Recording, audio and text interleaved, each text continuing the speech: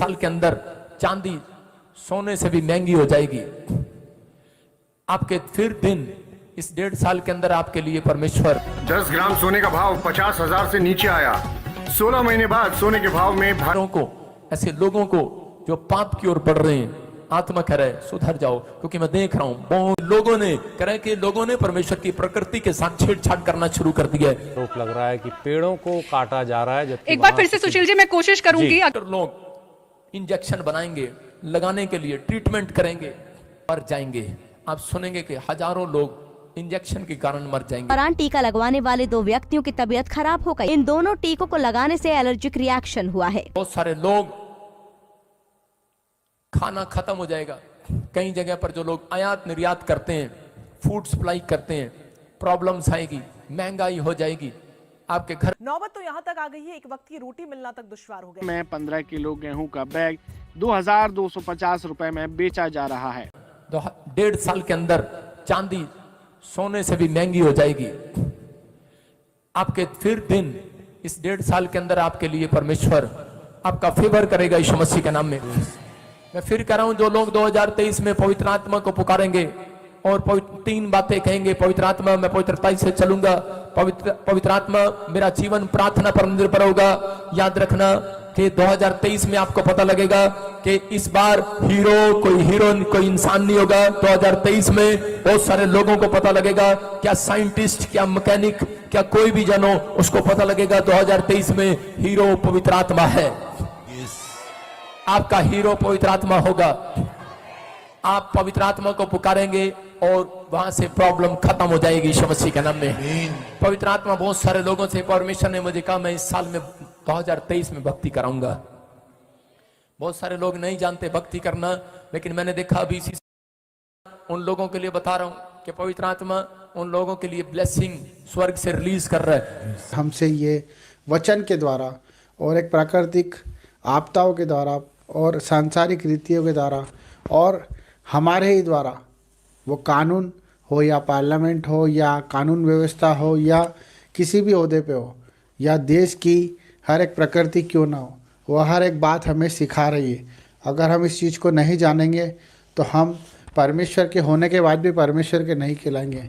ये हमारी कमियां हैं कि आज हम ईश्वर को जानते कब है, जब हमारी नीड होती है, जब हमारी आवश्यकताओं की हमें बहुत ज़्यादा ज़रूरत होती है, तो हम परमेश्वर के वचन के पास जाते हैं, उसकी आराधना करते हैं, उसकी स्तुति करते हैं।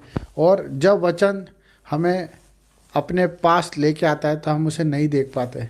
इसी तरह वचन देखो, आप कहीं संकेत आपको इस तरह के मिलेंगे, कहीं तूफान आ रहा है, कहीं बाढ़ आ रही है, कहीं जलजला आ रहा है, कहीं भूकंप आ रहे हैं। आप इस चीज़ को अनदेखा ना करें, आप इस चीज़ को अनदेखा ना करें। ये एक ऐसा विषय है जो हमें अवेयरनेस की तरफ लेके आता है, वो हमारे परिवार के लिए, क्योंकि प्रभु ने अपने इकलौते पुत्र से प्रेम किया, उसी प्रकार हम भी हमारे पुत्र और पुत्री और हमारे माँ बाप से प्रेम करते हैं।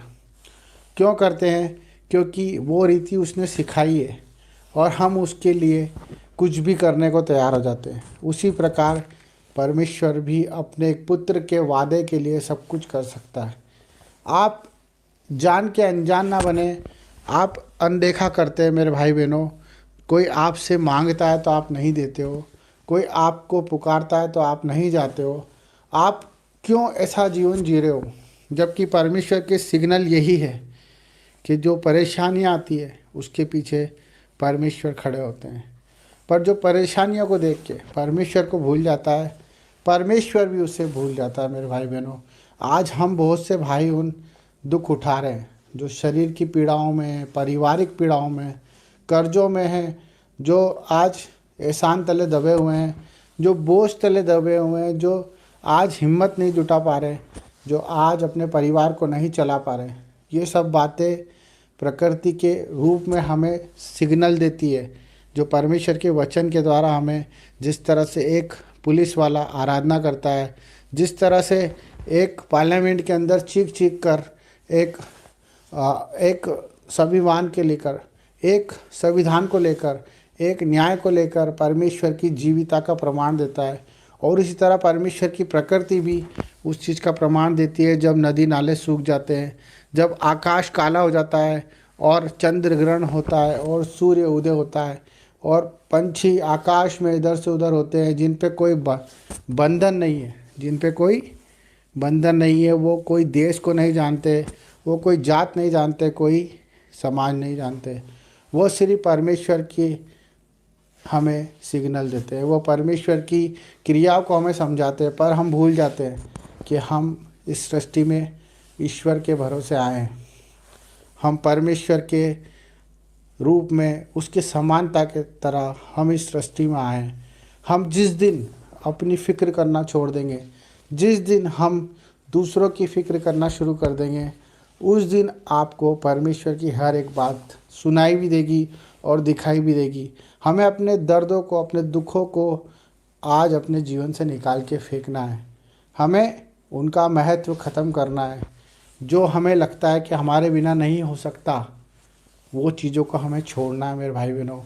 हमें हर एक जिम्मेदारी को प्रभु को सौंपना है। हमें हर एक बात को प्रभु के हाथों में सौंपना है, चाहे वो कितनी भी बड़ी बीमारी क्यों ना हो, हमें परमेश्वर के हाथ में ही सौंपना है। चाहे वो कितना ही बड़ा संघर्ष क्यों ना हो, क्योंकि जब आयुब को आप देखते हो बाइबल में कि वो परमेश्वर को कहता था कि अगर परमेश्वर चाहे तो मुझे मार भी दे तो मैं उस पर भरोसा करना नहीं छोड़ूंगा।